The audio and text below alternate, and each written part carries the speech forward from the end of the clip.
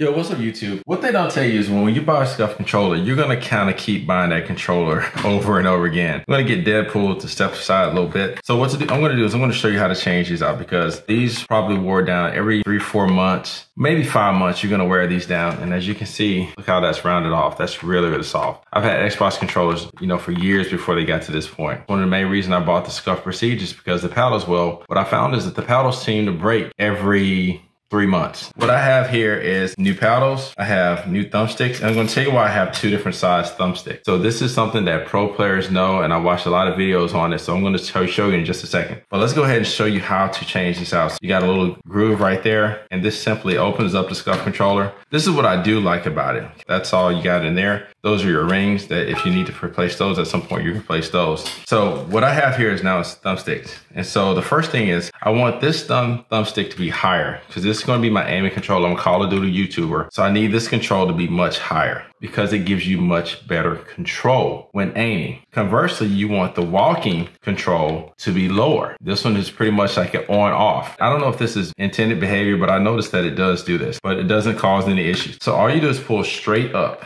And there's a little tab in there. See, it's not completely circular. So it has one flat side. And so that flat side is over here. So you have to line that up. You have to look at the controller itself and you have to align it correctly so that, because it only fits one way. So don't break it. All right, so we're gonna pull this one off. And as you can see, the flat side looks like it's on the outside. So I'm taking these off and then I'm gonna replace it with a taller controller. By the way, there's a little arrow. And so it points down. That's what they tell you when you're replacing it. So here, make sure I get it right. Let me line it up good. And there it is. It's on there. Okay, now we're gonna do the other one. I'm gonna show you the paddles in just a second. So same thing, the Scuf symbol points downward. You just kind of hold it, balance it good, and then you can kind of gently slip it on. All right, that's on, that's it. So that's for the thumbsticks. Now the paddles, they have little grooves in it, so you have to make sure you see this, tilt it in, put the slot in, and then push down. I'm gonna show each one of these. Let's do the next one, the inside. Tilt it in, see how that locks into place right there? Push straight down and push.